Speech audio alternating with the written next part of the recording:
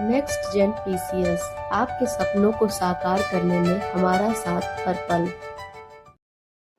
Hello everyone, स्वागत है आप सभी लोगों का हमारे YouTube channel next gen PCS में। दोस्तों, आप लोगों को पता होगा हम इंडियन पॉलिटी की जो एम लक्ष्मीकांत की बुक है उसको हम कवर कर रहे थे, लेकिन बीच में कुछ गैप हो गया था किन्हीं कारणों की वजह से, तो हम वीडियोस नहीं बना पा रहे थे। लेकिन अब हम कोशिश करेंगे कि वीडियोस को कंटिन्यू रखें और आप तक वीडियो पहुंचाएं। ठीक है, तो इसके पहले हमने जितने भी चैप्टर्स किए होंगे उन सभी वीडियोस को आप हमारे यूट्यूब चैनल पर देख सकते हैं, और उससे रिलेटेड जितने भी पीडीएफ हैं वो हमारे टेलीग्राम चैनल पे अवेलेबल हैं। ठीक है, तो अब हम जो एम लक्ष्मीकांत की बुक है उसका जो नेक्स्ट चैप्टर है अंतर्राज्यीय संबंध, अब उसको हम कवर करने वाले हैं। ठीक है, इसके पहले के सारे वीडियोस को आप हमारे यूट्यूब चैनल पर देख सकते हैं, काफ़ी अच्छा एक्सप्लेन किया गया है और शायद आपको अच्छा भी लगे, और नोट्स भी बढ़िया बनाया गया है। ठीक है, तो चलिए देखते हैं। जैसे देखिए, अंतर्राज्यीय संबंध का मतलब आप क्या समझते हैं? अंतर्राज्यीय संबंध का मतलब ये होता है राज्यों का राज्यों के बीच में कैसा संबंध है। जैसे कि लोग बोलते हैं कि किसी भी डेमोक्रेटिक कंट्री में अगर संघीय व्यवस्था है, संघीय व्यवस्था मतलब जहाँ पे सरकारें मिलजुल के काम करती हैं, तो वहाँ पे केंद्र और राज्यों के बीच में अच्छा संबंध होना चाहिए। तो क्या आपको लगता है केवल केंद्र और केंद्र के बीच में अच्छे संबंध हों तो वो देश संघीय व्यवस्था अपना बनाए रखने में सफल हो पाएगा? इसके लिए एक और ज़रूरी फैक्टर है, और वो है राज्यों के बीच संबंध कैसा है। एक राज्य का दूसरे राज्य के बीच में कैसा संबंध है। अगर इन दोनों का संबंध तनावपूर्ण है तो भी क्या होता है, संघीय व्यवस्था जो रहती है असफल हो जाती है। ठीक है, तो अंतर्राज्यीय इस शब्द से ही स्पष्ट है। अंतर्राज्यीय मतलब राज्यों का राज्यों से क्या संबंध है, उसके बारे में हम देखेंगे कि हमारे भारत में क्या व्यवस्था की गई है। स्पेशली हम किसके संदर्भ में देख रहे हैं? इंडिया के संदर्भ में। ठीक है, तो हम देखेंगे अभी तो राज्यों और राज्यों के मध्य संबंध को, जिसको अंतर्राज्यीय संबंध कहा गया है, और इससे संबंधित जितने भी आर्टिकल्स हैं जो कि हमारे कॉन्स्टिट्यूशन में यानी कि भारतीय संविधान में वर्णित हैं, उन सभी आर्टिकल्स को देखेंगे। ठीक है, तो आप जानते हैं जो अंतर्राज्यीय सौहार्द हैं उनके लिए सौहार्द यानी कि सौहार्द मतलब होता है संबंध, यानी कि उनके बीच जो शांतिपूर्ण संबंध हैं, तो उनके संबंध में क्या किए गए हैं, निम्नलिखित प्रावधान किए गए हैं कि कैसे इन लोगों के बीच जो संबंध है शांतिपूर्ण रहेगी। पहला है अंतर्राज्यीय जल विवादों का न्याय निर्णयन। ठीक है, आप लोगों को पता होगा हमारी जो नदियां हैं केवल एक ही स्टेट में नहीं बहती हैं, अलग अलग स्टेट में। जैसे कि कोई ऐसी नदी जो जैसे गंगा नदी ही है, केवल यूपी में तो बहती नहीं है, उत्तराखंड से होती हुई हमारे इसमें यूपी में आएगी, फिर बिहार में जाएगी, झारखंड में जाएगी, बांग्लादेश में सॉरी वेस्ट बंगाल में जाएगी। तो अलग अलग राज्यों से बहती है, तो उसमें क्या है, पानी की बंटवारे को लेके कहीं लड़ाई ना हो तो क्या किया जाता है, उसके लिए भी व्यवस्था की गई है। दूसरी अगर है कि स्टेट स्टेट के मध्य रिलेशन कैसा हो, तो अंतर्राज्यीय परिषद बनाए गए हैं। क्या बनाए गए हैं? अंतर्राज्यीय परिषद, जो समय समय पर ये देखते हैं कि इनके बीच में कोई तनाव अगर है तो उसको सुलझाया जाए। तीसरा क्या है, सार्वजनिक कानूनों, दस्तावेजों तथा न्यायिक प्रक्रियाओं का पारस्परिक क्या हो जाता है, मान्यता दी जाती है। और अंतर्राज्यीय व्यापार, वाणिज्य व समागम समागम मतलब आने जाने घूमने की स्वतंत्रता की बात की गई है सौहार्दपूर्ण बनाने के लिए। तो इन्हीं सब बातों को अब हम देखेंगे एक्सप्लेन करके कि ये सब आखिर हैं क्या। ठीक है, तो चलिए देखते हैं। सबसे पहला हम देखेंगे अंतर्राज्यीय जल विवाद। अंतर्राज्यीय जल विवाद क्या होता है? अंतर्राज्यीय जल विवाद कहने का तात्पर्य यह है कि किसी वो जो नदी है, कोई भी नदी है, अगर बहुत सारे 1, 2 या 3 स्टेट में बह रही है, तो उसके पानी के बंटवारे को लेके लड़ाई ना हो किसी भी स्टेट के बीच में आपस में, तो उसको लेके क्या किया जाता है, निपटारा किया जाता है। कौन से आर्टिकल के तहत? वो आर्टिकल है आर्टिकल 262, यानी हमारे भारतीय संविधान में आर्टिकल यानी अनुच्छेद 262 में ये वर्णित किया गया है, एक्सप्लेन किया गया है कि जब भी किसी 2 स्टेट या 2 से अधिक स्टेट के मध्य जल विवाद यानी कि पानी बंटवारे को लेकर कोई विवाद होगा, तो उसका जो समाधान है उसका वर्णन हमारे आर्टिकल 262 में किया गया है। ठीक है, अब इसमें 2 प्रावधान किए गए हैं। कितने प्रावधान किए गए हैं? 2 प्रावधान किए गए हैं। ये आर्टिकल आप लोग याद रखिएगा, एग्जाम में अक्सर आर्टिकल पूछता है कि अंतर्राज्यीय जल विवाद से संबंधित आर्टिकल हमारे भारतीय संविधान के किस अनुच्छेद में की गई है? तो किस में की गई है? आर्टिकल 262 में की गई है। ठीक, और इसमें कितने प्रावधान हैं? मुख्य रूप से इसमें 2 प्रावधान हैं। पहला, संसद कानून बनाकर अंतर्राज्यीय नदियों, यानी अंतर्राज्यीय नदियों मतलब कहने का क्या मतलब है? ऐसी नदी जो 2 या 2 से अधिक राज्यों से होकर गुजरती हो, इसको क्या कहते हैं? अंतर्राज्यीय नदी कहते हैं। ठीक, तो संसद कानून बनाकर अंतर्राज्यीय नदियों या नदी घाटियों के जल प्रयोग, ठीक, या उसका बंटवारा या फिर नियंत्रण से संबंधित किसी विवाद पर शिकायत का न्याय निर्णयन कर सकती है। तो आप यहाँ पे ध्यान देने लायक बात यह है कि आपको ये ध्यान होना चाहिए कि संसद कानून बनाएगी, ना कि स्टेट लेजिस्लेचर का इसमें कोई रोल नहीं है। इसमें क्या होगा? संसद कानून बनाएगी। ठीक है, ये मेन है। सेकंड क्या है? संसद ये भी व्यवस्था कर सकती है कि ऐसे किसी विवाद में न ही सुप्रीम कोर्ट न ही कोई अन्य न्यायालय अपने अधिकार क्षेत्र का प्रयोग करे। ठीक, मतलब इसका जो न्याय निर्णयन होगा केवल संसद के द्वारा होगा, कोई सुप्रीम कोर्ट या कोई और न्यायालय यानी कि हाई कोर्ट या उससे अधीनस्थ न्यायालय अपने अधिकार क्षेत्र का प्रयोग नहीं कर सकती। कि जैसे कि कोई स्टेट, 2 स्टेट हैं आपस में लड़ रहे हैं पानी के विवाद को लेके कि ये नदी है और इसका पानी हमारे पास इतना आना चाहिए, उसका पानी उतना जाना चाहिए। ठीक है, तो ऐसा नहीं, वो हाई कोर्ट के पास चले जाएं या लोकल जो न्यायालय वहाँ चले जाएं, तो वहाँ पे उनके न्याय निर्णयन जो है वहाँ पे नहीं हो सकता। ये केवल किसके हाथ में है न्याय निर्णयन करना? संसद के हाथ में। और ये बहुत इम्पॉर्टेंट हो जाता है कि अगर आपसे पूछ ले आर्टिकल 262 के तहत जो भी प्रावधान है वो कौन बना सकता है, तो आपको क्या पता होना चाहिए कि संसद को इसमें मुख्य अधिकार प्राप्त हैं।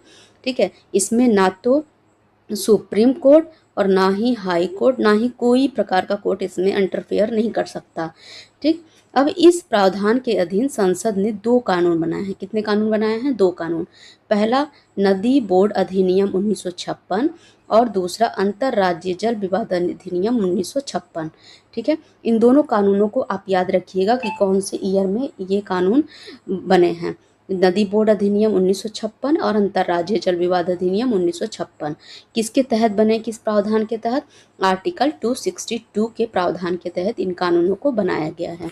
ठीक है, अब है कि नदी बोर्ड अधिनियम अंतर्राज्यीय नदियों तथा नदी घाटियों के नियंत्रण तथा विकास के लिए नदी बोर्डों की स्थापना हेतु बनाया गया है। मतलब ये जो नदी बोर्ड है ये किसके लिए बनाया गया है? ये बनाया गया है अंतर्राज्यीय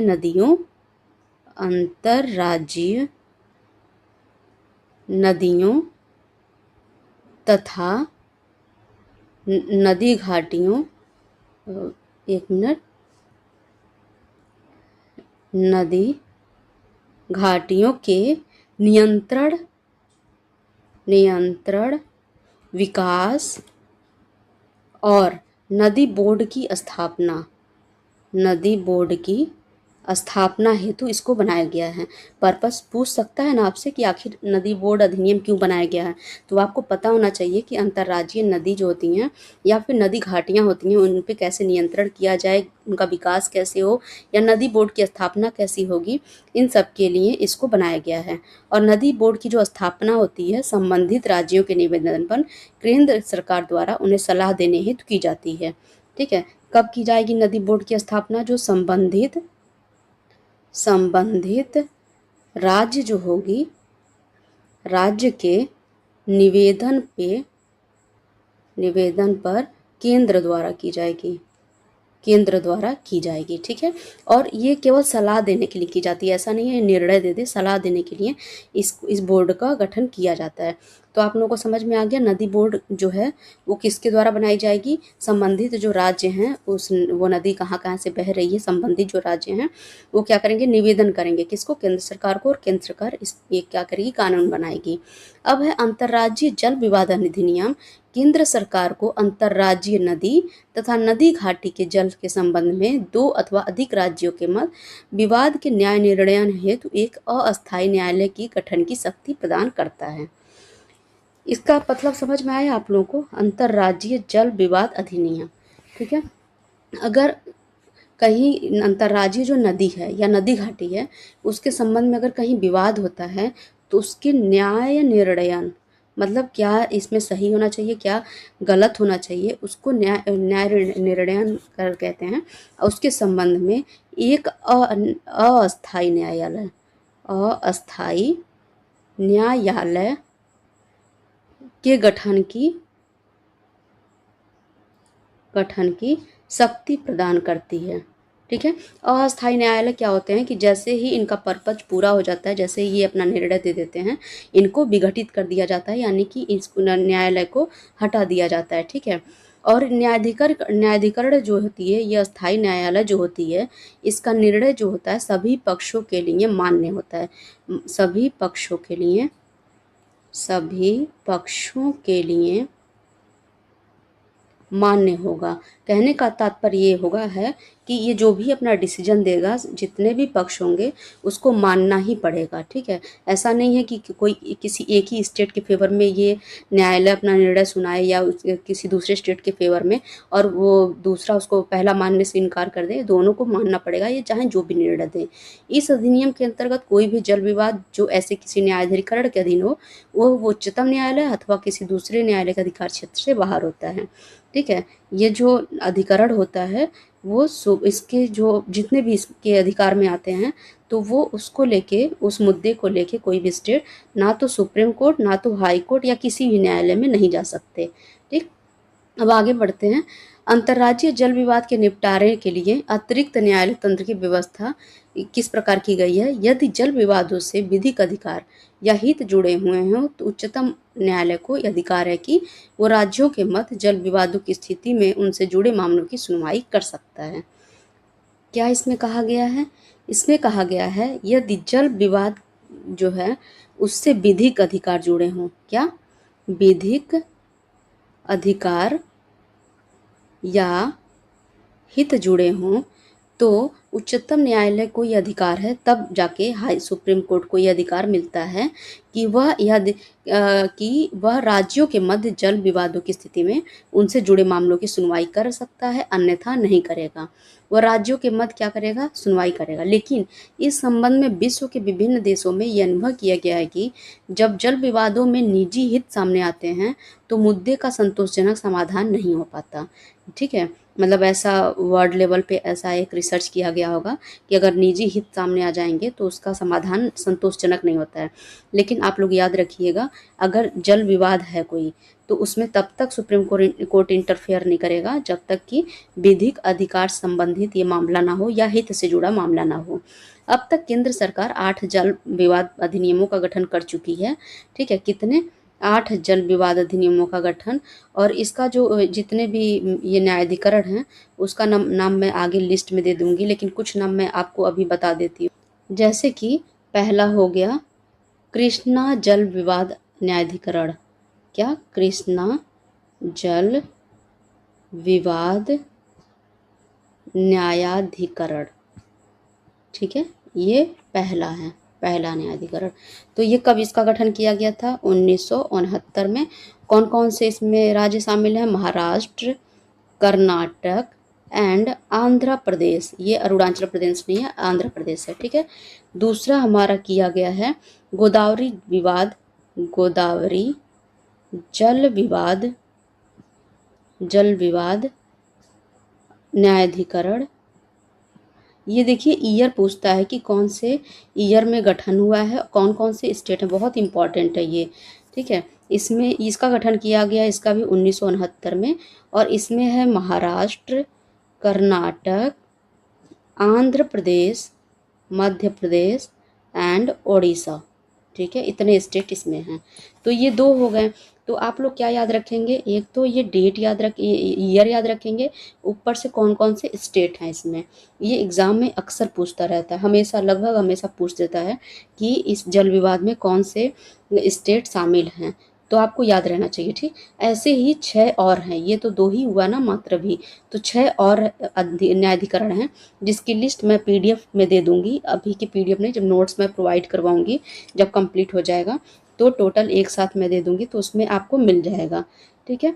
अब आगे हम बढ़ते हैं अंतर्राज्यीय परिषदें, कि अंतर्राज्यीय परिषदें क्या होती हैं। अब आइए अब आइए देखते हैं अंतर्राज्यीय परिषदें क्या होती हैं। सबसे पहले तो अंतर्राज्यीय परिषदों का जो है वर्णन किया गया है आर्टिकल 263 में, जो कि हमारे भारतीय संविधान में है, ठीक।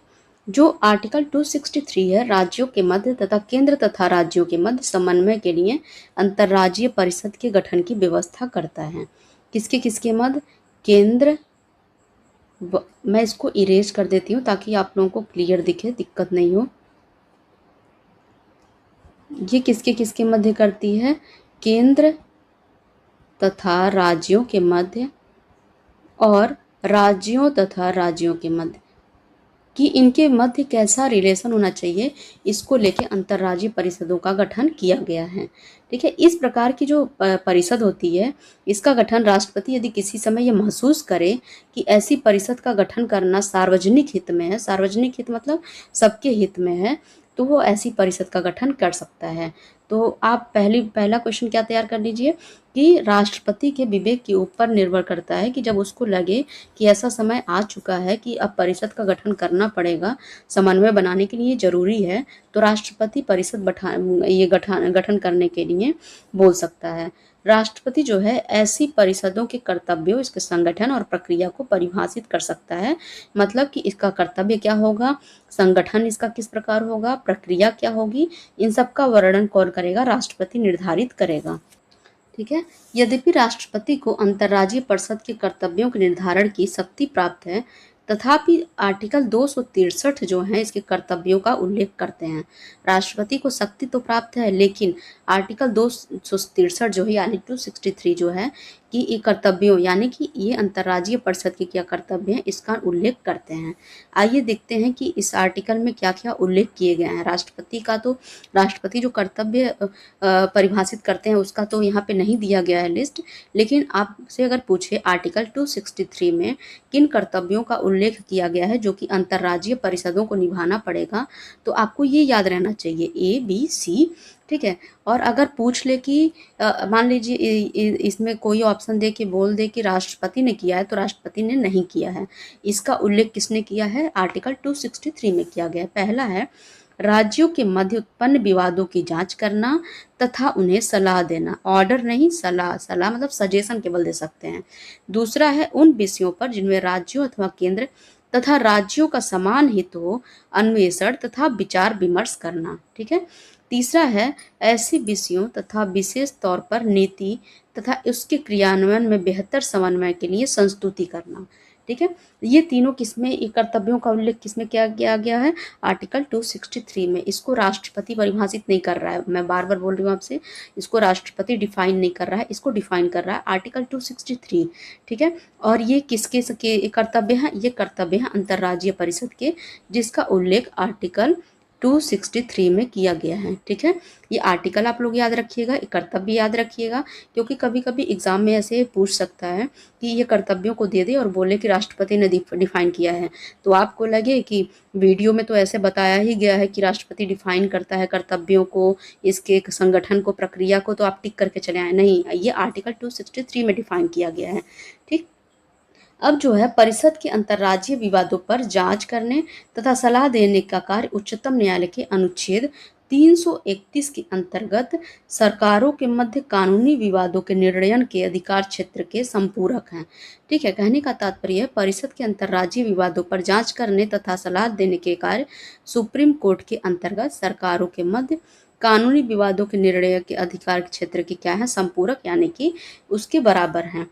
परिषद किसी विवाद चाहे कानूनी अथवा गैर कानूनी का निष्पादन कर सकती है, किंतु उसका कार्य सलाहकारी है, ना कि न्यायालय की तरह अनिवार्य रूप से मान्य निर्णय है, ठीक है, ये भी बहुत इंपॉर्टेंट है कि परिषद का कार्य किस प्रकार का है, सलाहकारी। ये बाध्य नहीं है या मानने के लिए बाध्य नहीं है।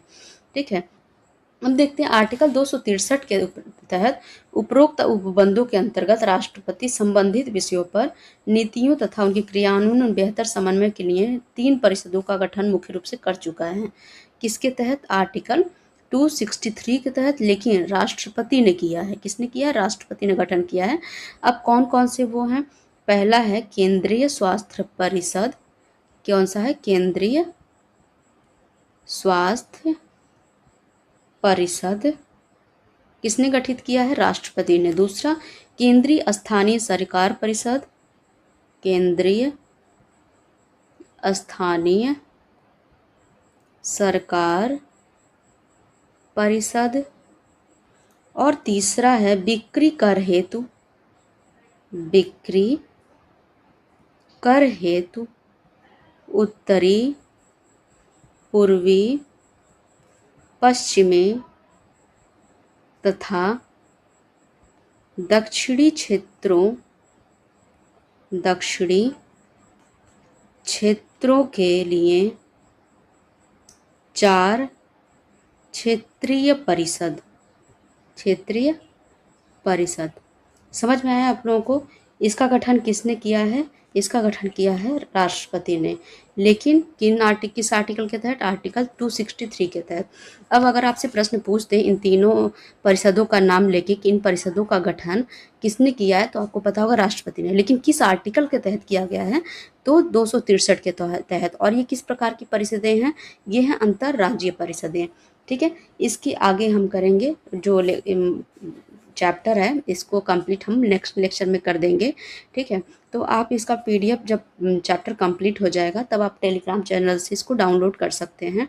और अगर आपको मेरी वीडियो अच्छी लगती है तो आप प्लीज़ कमेंट कीजिए और लाइक भी कीजिए। ठीक है, और शेयर भी करिए ताकि और लोगों तक वीडियो पहुँचे, ताकि उनको भी अगर समझ में आ सके तो उपयोगी हो उनके लिए। ठीक है, तो मिलते हैं फिर अगले वीडियो में। तब तक के लिए नमस्कार। ध्यान रखिए अपना और तैयारी में लगे रहिए। ठीक है, ऑल द बेस्ट।